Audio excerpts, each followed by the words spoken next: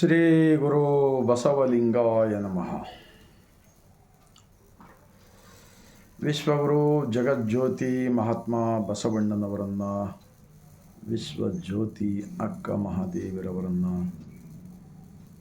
ಸಕಲ ಶಿವಶರಣರನ್ನು ಎನ್ನ ಹೃದಯ ಮಂದಿರದಲ್ಲಿ ನೆನೆಯುತ್ತಾ, ಇಡೀ ಜಗತ್ತಿನ ಮಾನವರೆಲ್ಲರಿಗೂ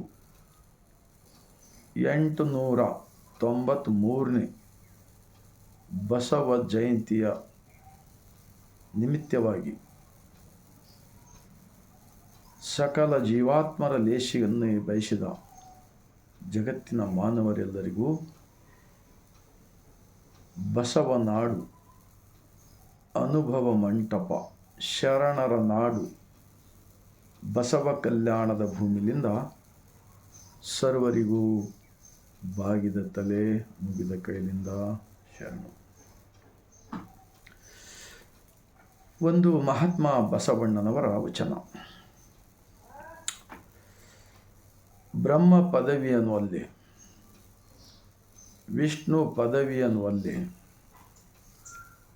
ರುದ್ರ ಪದವಿಯನ್ನು ಒಲ್ಲೆ, ಎನಗೆ ಮತ್ಯಾವ ಪದವಿಯೇ ಒಲ್ಲೆನಯ್ಯ. ಕೂಡಲ ಸಂಗಮ ದೇವ, ನಿಮ್ಮ ಸದ್ಭಕ್ತರ ಪಾದವನರಿದಿಪ್ಪ, ಮಹಾಪದವಿಯೇ ಕರುಣಿಸಯ್ಯ. ಮಹಾಪದವಿಯೇ ಕರುಣಿಸಯ್ಯ. 893 ವರ್ಷಗಳ ಹಿಂದೆ ಬಸವ ಕಲ್ಯಾಣದ ಭೂಮಿಯಲ್ಲಿ ಹುಟ್ಟಿರ್ತಕ್ಕಂಥ ಅನುಭವ ಮಂಟಪದಲ್ಲಿ ಬರೆದಿರ್ತಕ್ಕಂಥ ಈ ವಚನವನ್ನು ನಮಗೆ ಏನು ಹೇಳಿಕೊಡ್ತಂದರೆ, ಈ ಭಾರತ ದೇಶದಲ್ಲಿ ಪದವಿಗಾಗಿ ತನ್ನ ಮೆರವಣಿಗೆ ತೆಗೆಸಿಕೊಳ್ಳುವುದಾಗಿ ತಮ್ಮ ಸ್ವಾರ್ಥಕ್ಕಾಗಿ ಇಡೀ ಭಾರತ ದೇಶದಲ್ಲಿ 5 ವರ್ಗಗಳನ್ನು ಮಾಡಿ, ಬ್ರಾಹ್ಮಣ್ಯ, ಕ್ಷತ್ರಿಯ, ವೈಶ್ಯ, ಶೂದ್ರ, ಪಂಚಮ, ಈ ಥರ 5 ವರ್ಗಗಳನ್ನಾಗಿ ಮಾಡಿ ಶೋಷಣೆ ಮಾಡ್ತಕ್ಕಂಥ ಸಂದರ್ಭದಲ್ಲಿ ಜಗತ್ತಿಗೆ ಸೂರ್ಯನ ಬೆಳಕು ಬಂದಂತೆ ಬಂದವರು ನಮ್ಮ ಬಸವಣ್ಣನವರು. ಈ ಸಮಾಜದ ಒಳಿತಿಗಾಗಿ ತಮ್ಮ ಕಿರೀಟವನ್ನೇ ತೆಗೆದಿಟ್ಟರು. ಈ ಕೊಂಡಿ ಮಂಚಣ್ಣನವರ ಒಂದು ಕುತಂತ್ರದಿಂದ ಇವತ್ತು ಪದವಿ ಸಲಕ್ಕೆ ಎಷ್ಟು ಹೋರಾಟಗಳು, ಎಷ್ಟು ಬಡದಾಟಗಳು, ಎಷ್ಟು ಕೊಲೆಗಳು ನಡೀತಾ ಇವೆಲ್ಲ. ಇದನ್ನೆಲ್ಲ ಕಂಡಾಗ ನಮಗೆ ಮತ್ತೆ ಮಹಾತ್ಮ ಬಸವಣ್ಣನವರು, ಅಕ್ಕ ಮಹಾದೇವಿರವರು, ಅಲ್ಲಮಪ್ರಭುರವರು, ಸಿದ್ದರಾಮೇಶ್ವರರವರು, ಹೀಗೆ 770 ಜನ ಅಮರಗಣಗಳು, 1,96,000 ಉತ್ಪಾದಕ ದುಡಿಯುವ ವರ್ಗದವರ ವಚನಗಳು ನಮಗೆ ನೆನಪು ಬರ್ತಾ ಇವೆ. ಸಾಂಸ್ಕೃತಿಕ ನಾಯಕರನ್ನಾಗಿ ಘೋಷಣೆ ಮಾಡಿರ್ತಕ್ಕಂತಹ ನಮ್ಮ ಕರ್ನಾಟಕ ರಾಜ್ಯದ ಹೆಮ್ಮೆಯ ಮುಖ್ಯಮಂತ್ರಿ ಶ್ರೀ ಸಿದ್ದರಾಮಯ್ಯರವರಿಗೆ ಕೋಟಿ ಶರಣುಗಳನ್ನು ಹೇಳುತ್ತಾ, ಸರ್ಕಾರಿ ಕಚೇರಿಗಳಲ್ಲಿ ಬಸವಣ್ಣನವರ ಭಾವಚಿತ್ರವನ್ನು ಹಾಕಲಿಕ್ಕೆ ಹೇಳಿದರು. ಲಿಂಗಾಯತ ಧರ್ಮ ತ್ಯಾಗ ಬಲಿದಾನವನ್ನು ಮಾಡಿರ್ತಕ್ಕಂಥ ಬಸವಾದಿ ಶರಣರ ಒಂದು ತತ್ವಕ್ಕೆ ಮಾನ್ಯತೆ ಕೊಟ್ಟು ಅದನ್ನೇ ಸಮಿತಿಯನ್ನು ರಚನೆ ಮಾಡಿ ಅದರಲ್ಲಿ ಸತ್ಯವನ್ನು ಅರಿತಾಗ ಕೇಂದ್ರ ಸರ್ಕಾರಕ್ಕೆ ಕಳಿಸಿಕೊಟ್ಟರು. ಇನ್ನು ಕೂಡ ಬಸವಣ್ಣನವರ ಹೆಸರು ಕೂಡ ಹೇಳಿಕೊಳ್ಳುತ್ತಾರೆ. ಆದರೆ ಇಂತಹ ಒಂದು ಸಕಲ ಜೀವಾತ್ಮರ ಲೇಸಿಗಾಗಿ ಬಯಸಿದ ಒಂದು ಅನುಭವ ಮಂಟಪ, ಜಾತಿ ರಹಿತ, ಧರ್ಮ ಸಹಿತ ಕಲ್ಯಾಣ ರಾಜ್ಯ ನಿರ್ಮಾಣಕ್ಕಾಗಿ ಕಟ್ಟಿರ್ತಕ್ಕಂಥ ಅನುಭವ ಮಂಟಪದ ಬ್ರಹ್ಮಾಂಡದ ತತ್ವ ಲಿಂಗಾಯತ ಧರ್ಮಕ್ಕೆ ಮಾನ್ಯತೆ ಕೊಟ್ಟಿಲ್ಲಲ್ಲ. ಇನ್ನು ಮುಂದೆ ಅದರ ಅರ್ಥ ಮಾಡಿಕೊಳ್ಳಬೇಕು. ಬಸವಣ್ಣನವರ ತತ್ವದಲ್ಲಿ ಎಷ್ಟೊಂದು ಸತ್ಯವಿದೆ ಅಂತಕ್ಕಂಥದ್ದು ಈ ಮೂಲಕ ನಾನು ವಿನಂತಿಸಿಕೊಳ್ತಾ, ಈ ಪದವಿ ಗಿದವಿ ಎಲ್ಲ ಯಾರಿಗೂ ಬೇಕಾಗಿಲ್ಲ.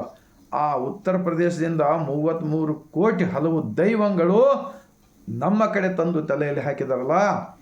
ಇವಾಗ ಬಸವ ಕಲ್ಯಾಣದಲ್ಲಿ ಕಟ್ಟಲ್ಪಡ್ತಕ್ಕಂಥ ನೂತನ ಅನುಭವ ಮಂಟಪ, ಈ 770 ಜನ ಅಮರಗಣಗಳು, 1,96,000 ಶರಣರು, ದುಡಿಯೋ ವರ್ಗದವರು, ಉತ್ಪಾದಕ ವರ್ಗದವರು, ಶೋಷಣೆಗೆ ಒಳಗಾಗಿರ್ತಕ್ಕಂಥವ್ರು, ಅವರೆಲ್ಲರನ್ನ ಬಸವಣ್ಣನವರು ಅಪ್ಪ ಬಪ್ಪ ಅಂದು ಒಪ್ಪಿಕೊಂಡು ಅವರ ದುಃಖವೇ ಎನ್ನ ದುಃಖವೆಂದು ಹೇಳಿ ಹೊಗಳಿದ್ದಾರಲ್ಲ, ದುಃಖಪಟ್ಟರಲ್ಲ ಬಸವಣ್ಣನವರು.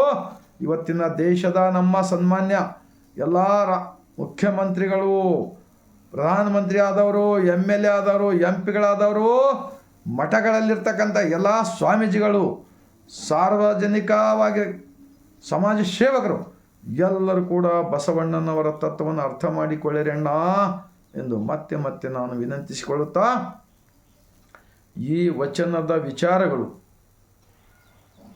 ಮನುಷ್ಯನಲ್ಲಿ ದೇವರು ಕಂಡಿರ್ತಕ್ಕಂತಹ, ಪ್ರಾಣಿ ಪಕ್ಷಿಗಳಲ್ಲಿ ದೇವರು ಕಂಡಿರ್ತಕ್ಕಂತಹ ಮಹಾನ್ ತತ್ವಕ್ಕೆ ನಾವೆಲ್ಲರೂ ತಲೆ ಬಾಗೋಣ ಎಂದು ಮತ್ತೊಮ್ಮೆ ಹೇಳುತ್ತಾ, ಬಸವ ಜಯಂತಿಯ ಈ ವಿಡಿಯೋ 145 ಕೋಟಿ ಭಾರತೀಯರಿಗೆ ತಲುಪೋ ಕಾರ್ಯ ನಾವು ನೀವು ಮಾಡೋಣ.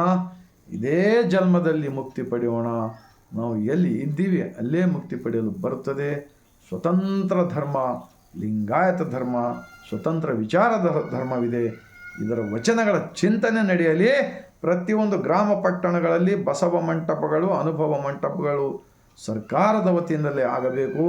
ಯಾಕೆಂದರೆ ಸಾಂಸ್ಕೃತಿಕ ನಾಯಕ ಮಹಾತ್ಮ ಬಸವಣ್ಣನವರು ಮತ್ತು ಈ ದೇಶದ ಸ್ವತಂತ್ರಕ್ಕಾಗಿ ಹೋರಾಡಿರ್ತಕ್ಕಂಥ, ತ್ಯಾಗ ಬಲಿದಾನವನ್ನು ಮಾಡಿರ್ತಕ್ಕಂಥ ಮಹಾತ್ಮ ಗಾಂಧೀಜಿ ಅವರು, ಇವರಿಬ್ಬರೇ ನಮ್ಮ ದೇಶಕ್ಕೆ ಮಹಾತ್ಮರು, ಇವರಿಬ್ಬರೇ ನಮ್ಮ ಬದುಕಿಗೆ ಮಾರ್ಗದರ್ಶಕರು. ಆ ನಂತರ ದೇಶದಲ್ಲಿ ಅನ್ಯಾಯಕ್ಕೆ ಒಳಗಾದ, ಶೋಷಣೆಗೆ ಒಳಗಾಗಿರ್ತಕ್ಕಂಥ ದೀನ ದಲಿತರನ್ನು, ಅವರೆಲ್ಲರ ಕಷ್ಟವನ್ನು ನೋಡಿಕೊಂಡು ದೇಶದ ಸ್ವತಂತ್ರದ ನಂತರ ನಮ್ಮ ದೇಶದ ಸ್ವತಂತ್ರ ಭಾರತ ದೇಶದಲ್ಲಿ ಸಂವಿಧಾನ ನಿರ್ಮಾಣದಲ್ಲಿ ಮುಖ್ಯಸ್ಥರಾಗಿರ್ತಕ್ಕಂತಹ ಭಾರತ ರತ್ನ ಡಾಕ್ಟರ್ BR ಅಂಬೇಡ್ಕರ್ಜಿರವರು ಕೂಡ ಬಸವಣ್ಣನವರ ಮಾರ್ಗವನ್ನು ಹಿಡಿದಿದ್ದಾರೆ. ಬಸವಣ್ಣನವರ ಧರ್ಮವನ್ನು ಸ್ವೀಕಾರ ಮಾಡ್ತಕ್ಕಂಥ ಅವರ ಮನಸ್ಸಿದ್ದರೂ ಕೂಡ ಈ ಮನುವಾದಿಗಳು ಅವರನ್ನು ಅಪ್ಪಿಕೊಳ್ಳಲಿಲ್ಲ. ಆ ಕಾರಣಕ್ಕಾಗಿ ಅವರು ಬೌದ್ಧ ಧರ್ಮವನ್ನು ಸ್ವೀಕಾರ ಮಾಡಿದ್ದಾರೆ. ಆದರೂ ಕೂಡ 22 ಪ್ರತಿಜ್ಞೆ ಮಾಡಿದ್ದಾರೆ. ಈಗ ನಾನು ಬಸವಣ್ಣನವರ ವಚನ ಹೇಳಿದಲ್ಲ, ಬ್ರಹ್ಮ ಪದವಿ ಬೇಡಪ್ಪ, ವಿಷ್ಣು ಪದವಿ ಬೇಡ, ನಿಮ್ಮ ರುದ್ರ ಪದವಿ ಬೇಡ. ಯಾಕೆಂದರೆ ನಮಗೆ ಬೇಕಾಗಿರ್ತಕ್ಕಂಥದ್ದು ಕುರುಬ ಗೊಲ್ಲಾಳೇಶನ ಪದವಿ, ಮಾದಾರ ಚಂದಯ್ಯನ ಪದವಿ, ಡೋಹಾರ ಕಕ್ಕಯ್ಯ, ಒಕ್ಕಲಿಗ ಮುದ್ದಣ್ಣ, ಕುಂಬಾರ ಗುಂಡಯ್ಯ, ಉತ್ಪಾದಕ ವರ್ಗದವರೇ ನನಗೆ ಬೇಕು ಅಂಥೇಳಿ ಅಂದು 893 ವರ್ಷಗಳ ಹಿಂದೆ ಹೇಳಿರ್ತಕ್ಕಂಥ ಬಸವಣ್ಣನವರ ಈ ಚಿಂತನೆಗಳು ಪ್ರತಿನಿತ್ಯ ಪ್ರತಿ ಗ್ರಾಮ ಪಟ್ಟಣಗಳಲ್ಲಿ ನಡೆಯಲಿ ಎಂದು ಈ ಕಳಕಳಿ ವಿನಂತಿಯೊಂದಿಗೆ ತಮ್ಮೆಲ್ಲರಿಗೂ ಮತ್ತೊಮ್ಮೆ ಇಡೀ ಭಾರತೀಯರೆಲ್ಲರಿಗೂ ಜಗತ್ತಿನಲ್ಲಿ ಬಸವಣ್ಣನವರು ಅಪ್ಪಿಕೊಂಡಿರ್ತಕ್ಕ ಸರ್ವರಿಗೂ ಬಸವ ಕಲ್ಯಾಣದ ಭೂಮಿಲಿಂದ, ಅನುಭವ ಮಂಟಪದ ಭೂಮಿಲಿಂದ, ಶರಣರ ನಾಡಿನಿಂದ ಕೋಟಿ ಕೋಟಿ ಶರಣುಗಳನ್ನು ಸಲ್ಲಿಸುತ್ತಾ, ತಮ್ಮೆಲ್ಲರ ಹೃದಯಕ್ಕೆ ತಟ್ಟಿದೆ ಆದರೆ ನೀವು ಕೂಡ ಎಲ್ಲರೂ ವಚನಗಳನ್ನು ಓದಿರಿ ಎಂದು ಹೇಳುತ್ತಾ ನನ್ನ ಈ ವಿಚಾರವನ್ನು ಸಮಾಪ್ತ ಮಾಡುತ್ತೇನೆ. ಶರಣು.